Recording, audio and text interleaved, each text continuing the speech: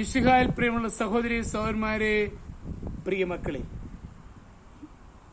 ഇന്നേ ദിവസം സങ്കീർത്തനം 34:19, The book of Psalms chapter 34 verse 19. നീതിമാന്റെ ക്ലേശങ്ങൾ അസംഖ്യമാണ്, അവയിൽ നിന്നെല്ലാം കർത്താവ് അവനെ മോചിപ്പിക്കുന്നു. നീതിമാന് അസംഖ്യം അനർത്ഥങ്ങൾ ഉണ്ടാകും, എന്നാൽ ദൈവം അവനെ എല്ലാറ്റിൽ നിന്നും പൂർണ്ണമായി മോചിപ്പിക്കുമെന്ന് തറപ്പിച്ചു പറയുകയാണ്. ഡോക്ടർ ശസ്ത്രക്രിയ ചെയ്യുമ്പോൾ മറ്റൊരാളുടെ ശരീരത്തിൽ മുറിവുകൾ ഉണ്ടാക്കുന്നു. ശണ്ടയുണ്ടാകുമ്പോൾ ഒരാൾ മറ്റൊരാളെ മുറിവേൽപ്പിക്കുന്നു. ആദ്യത്തെ മുറിവ് രോഗസൗഖ്യത്തിന് നിദാനമാണ്.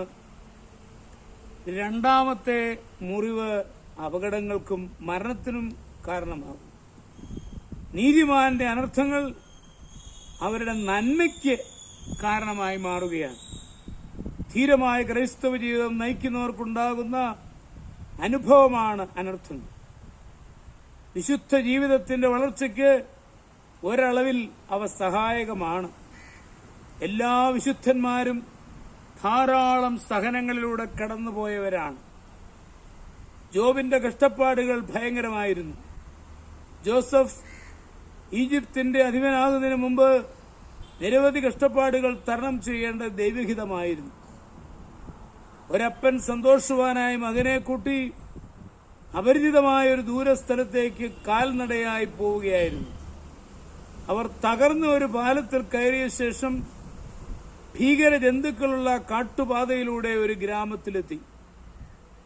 മദ്യപാനികൾ അലഞ്ഞു നടക്കുന്നത് കണ്ടപ്പോഴും പിതാവിന് സന്തോഷമായിരുന്നു. മകനിതെല്ലാം കണ്ട് ഭയപ്പെടുകയായിരുന്നു. മകൻ അപ്പനോട് അനർത്ഥങ്ങൾ കാണുമ്പോൾ സന്തോഷിക്കുന്നതിന്റെ രഹസ്യം എന്താണെന്ന് ചോദിച്ചു. അപ്പൻ മകനോട്, മകനെ, നാം വഴിതെറ്റിയില്ല എന്ന് മനസ്സിലാക്കിയതിനാലാണ് സന്തോഷിക്കുന്നത്. നാം യാത്ര തുടങ്ങുന്നതിന് മുമ്പ് വഴികൾ പറഞ്ഞു തന്നയാൾ ഇവിടെ നാം കണ്ട വൈഷമ്യങ്ങൾ കടന്നാണ് പോകേണ്ടതെന്ന് മുന്നറിയിപ്പ് തന്നിട്ടുണ്ടായിരുന്നു എന്ന് പറഞ്ഞു. ക്രൈസ്തവ ജീവിതത്തിലും ഇത് ശരിയാണ്. അനർത്ഥങ്ങളും കഷ്ടതകളും ഉണ്ടാകുമ്പോൾ ദൈവം ഉദ്ദേശിക്കുന്ന വഴിയിലൂടെയാണ് നാം ജീവിതം നയിക്കുന്നതെന്ന് വിശ്വസിക്കുക. ക്രൈസ്തവ മാർഗം കാട്ടുന്ന ചൂണ്ടുപലകയിൽ കഷ്ടതയുടെ ദേശത്തൂടെ സമാധാനത്തിലേക്ക് എന്ന് എഴുതിയിട്ടുണ്ട്.